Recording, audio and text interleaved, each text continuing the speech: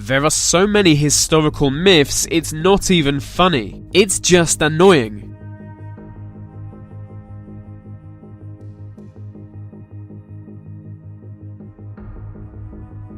In the early 11th century, Canute the Great was King of England, Norway and Denmark, and he's remembered as the most effective king of his age. A lot of people believe a bizarre story about him. It goes like this. Canute was so drunk on power that he attempted to command Mother Nature. He went down to the beach and demanded the waves stop crashing into the land. He demanded the tide turn around. But of course, the tide kept rising on the beach, and he looked dumb. In reality, this never happened. There are no reliable records of it, and in the original story, he was making the point that no man can command nature. French military history isn't actually bad. When you compare it to British military history, it does look quite poor, but compared to most other countries, it's very good. They won a lot more battles than they lost, and France has always been a major European power. Even at their low points, France was able to put together powerful armies. French power was dwarfed by Germany immediately after its unification. In 1870, Germany went to war with France and defeated them in a matter of months. That defeat was the origin of questioning French military records. The Dark Ages weren't that dark. What I mean is that it wasn't that bad compared to the ages immediately before and after it. The Dark Ages began with the fall of Rome. Without Rome, living standards fell and Europe descended into a terrible anarchy. That's why it's called the Dark Ages. It's common to believe this, but it's not actually true. It's called the Dark Ages due to a lack of records from the time, so we don't know much about it. What we do know is that it wasn't that bad. Life expectancy was about the same as before, and living standards had actually risen. That's partly because charity work was a common sight. Nazi efficiency is a myth. It's generally believed that Nazi Germany was an incredibly efficient country, which would explain their developments in military science. Some say it was the most efficient country in the world, but really it wasn't. Their bureaucratic system was chaotic. They wasted money on agencies which had no need to exist. In Nazi fashion, officials would stab each other in the back for personal gain. That kind of thing isn't good for productivity. It was a total mess. The only reason they kept the war going for so long is the lengths they were willing to go to. At one point, 30% of their war effort was funded by Holocaust loot.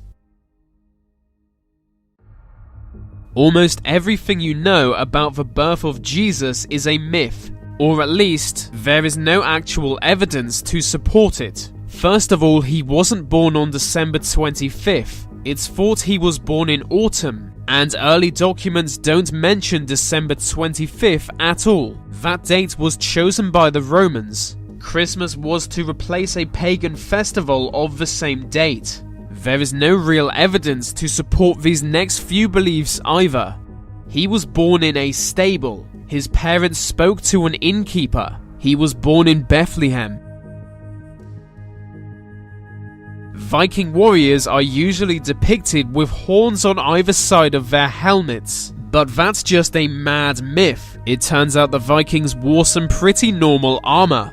The only problem, 19th century artists would depict Vikings with horned helmets. In those days, painters had no care for historical accuracy. They were terrible people. Having horns would add no value to a helmet, and it's a waste of good horn.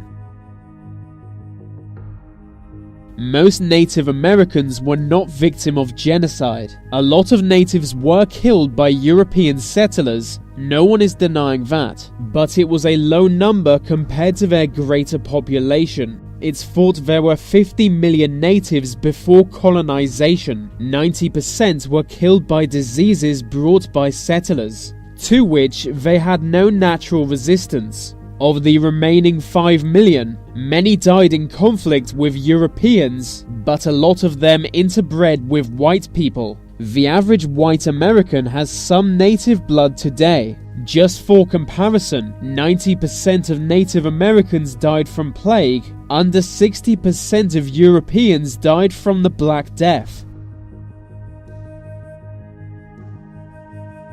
African society wasn't primitive before European colonization. It's true that some parts of Africa were, but others were not. The Kingdom of Congo was independent from 1390 to 1891. It was an ordered society with diplomatic relations reaching other continents, and it was bordered by other organized kingdoms. Africa is a huge continent. There has always been wild variation in the advancement of its peoples.